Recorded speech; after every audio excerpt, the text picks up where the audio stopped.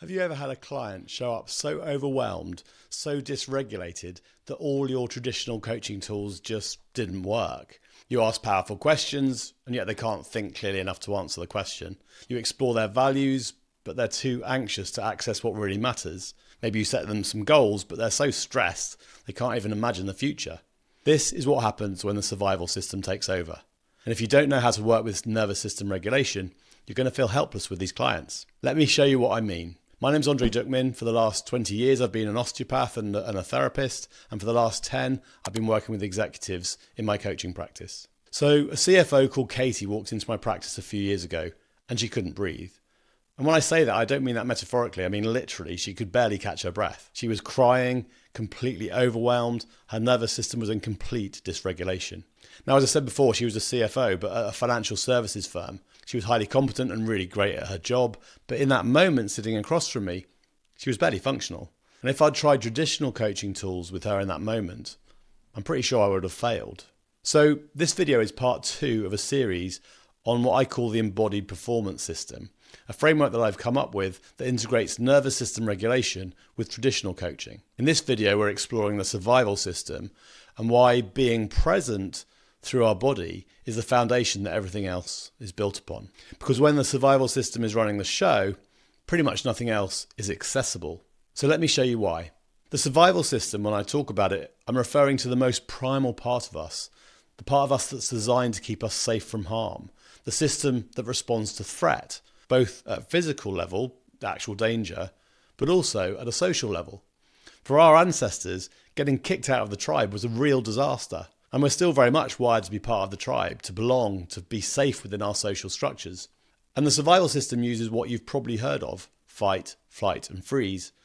And these are the ways our nervous system is trying to keep us safe, both from that physical threat, but also from social harm. And here's really what's really important to understand.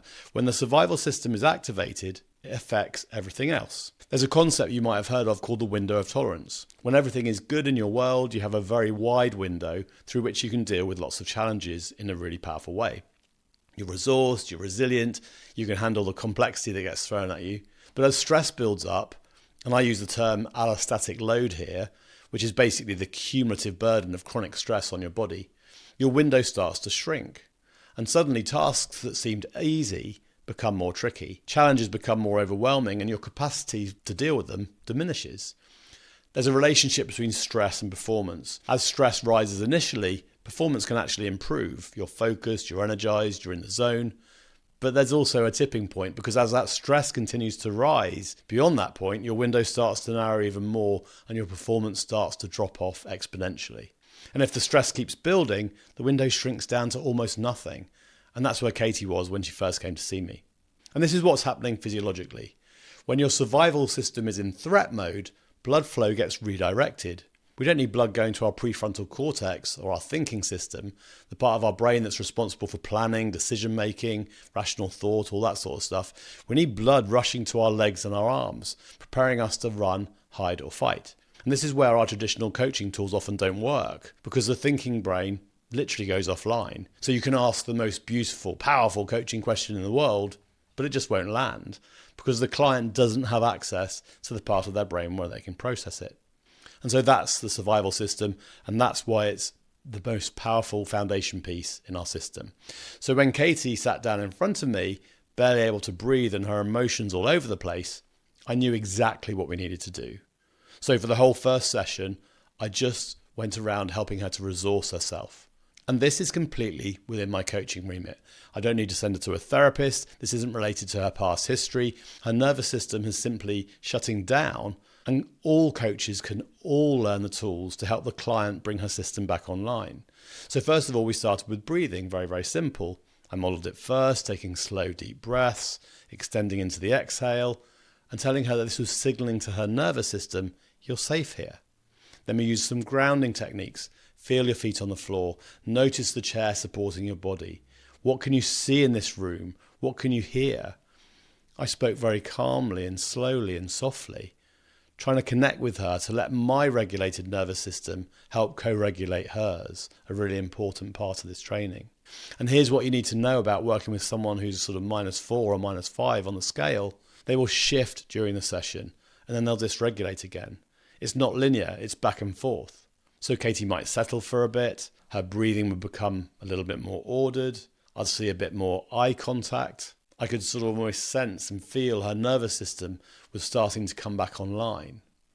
And also her vagal tone was changing. The vagus nerve is a really important part of the nervous system regulation response, and we need to start working with the vagus nerve to start making a difference at that survival system. But then sure enough, something would trigger her again. Maybe a thought, a memory of her boss, when we're talking through things, the overwhelm of her situation, and she moved back to maybe a few tears, some shallow breathing, and feeling disconnected again. And that's fine, because then we'd move back to our somatic tools, regulating her breathing again, coming back into her body, becoming more present. And that was our entire first session. No traditional coaching, just resourcing her nervous system.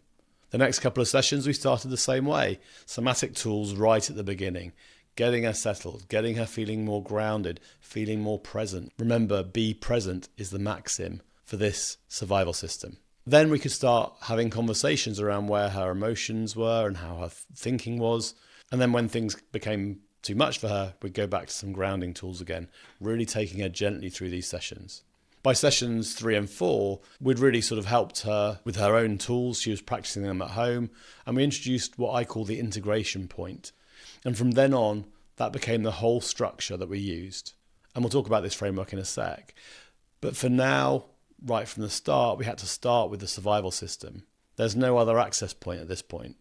And here's what the integration point framework shows us. And this is key for understanding why the survival system is the foundation piece. Because when our survival system is activated, we feel these physical sensations, maybe an increase in our heart rate, our breathing becomes more rapid or more shallow. We get tension in our jaws, in our shoulders, in our chest, feeling our shoulders coming out towards our ears, maybe some butterflies in our stomach, maybe some change in temperature, feeling hot or cold. All of these are somatic signals giving us a warning about threat. Then our feeling system starts to work with these processes, starts to work with the sensations. The amygdala, which is our feeling center, translates these sensations into feelings and emotions, so like anxiety or overwhelm, maybe numbness or fear. And then our thinking system starts to take those feelings, and when we're dysregulated, what will happen is that our thinking will spiral. We start to overthink, we catastrophize, or perhaps our mind goes completely blank and we can't think at all. And then when we take actions, we choose to act and behave in ways that actually move us away from where we want to be going, rather than towards where we want to be going. We get hooked on these sensations, on these feelings, on these thoughts that we're having, and we lose all sense of presence. We lose all sense of our grounding. And that creates more problems. And then we get stuck in this cycle. But when we use our somatic tools to ground, when we use our somatic tools to become more present, such as breath work, grounding practices, we can work with our feelings and thoughts and unhook from them. And from there, we become more present, we become open to what's going on in our emotional world, and then we can take powerful action to do what matters. So this is why be present maps to the survival system, because being grounded and present in your body, being aware of what's going on around you, then feeling connected and calm, well, all of that allows you to open up to your emotional and cognitive worlds with curiosity and intrigue as opposed to judgment. When you're not present, so when you're in fight, flight or freeze, as we said before, you can't really access anything else.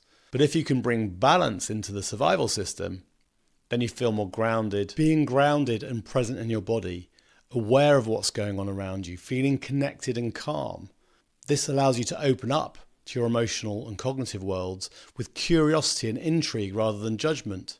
And when you're not present, when you're in fight, flight or freeze, you can't access anything else.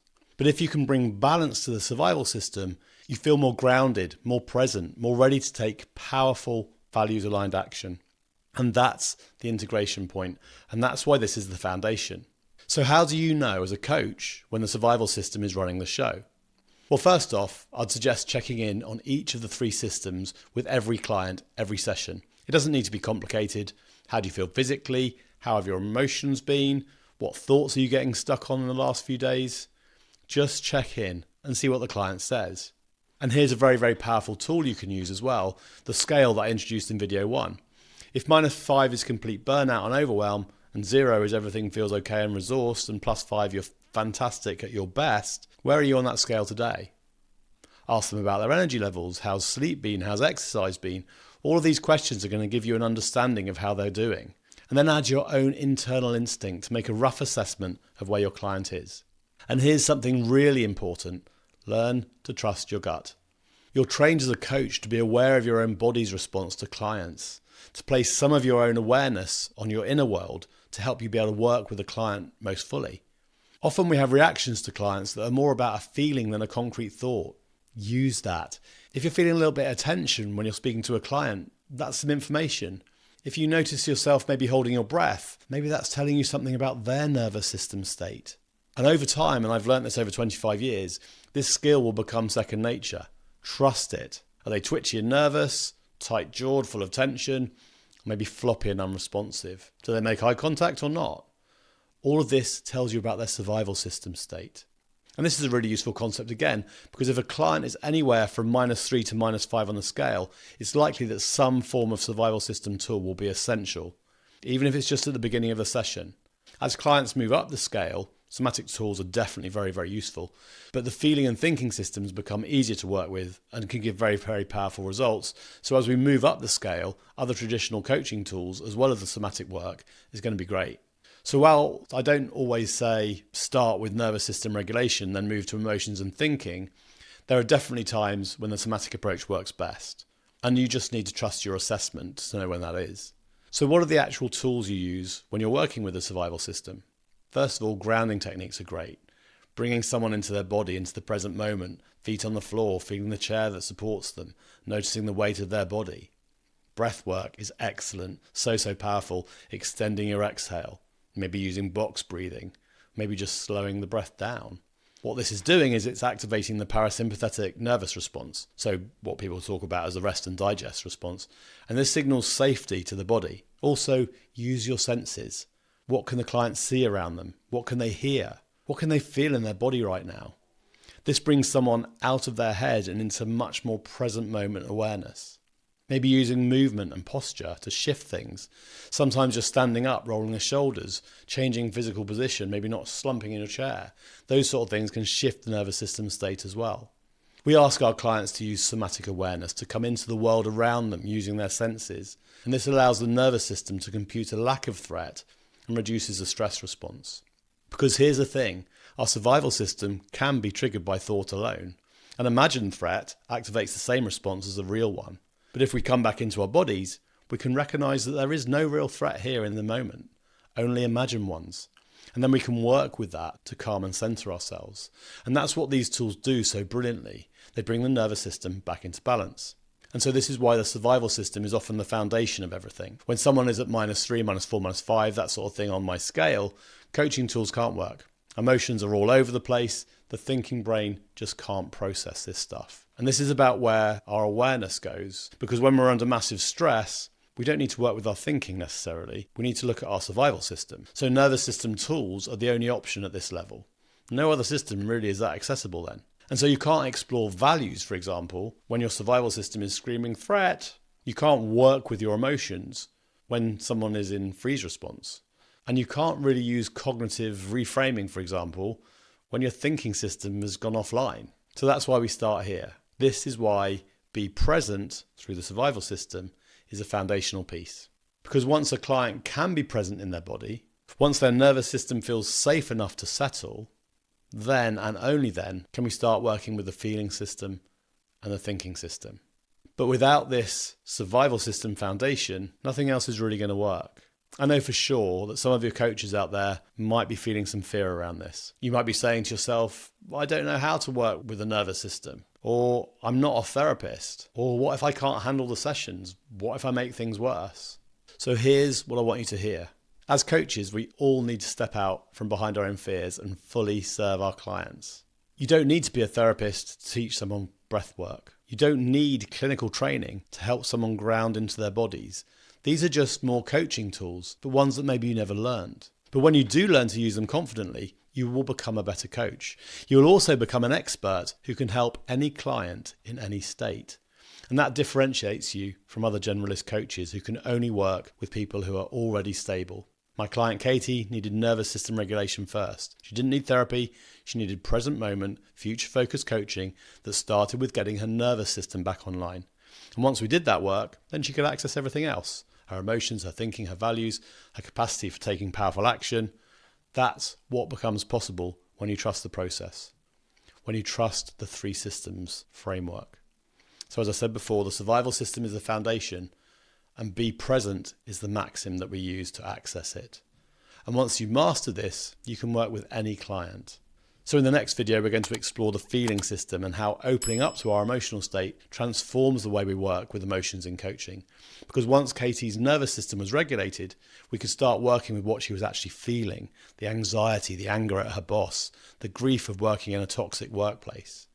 But we couldn't access any of that until the survival system felt safe. So that's next, the feeling system and open up. See you there.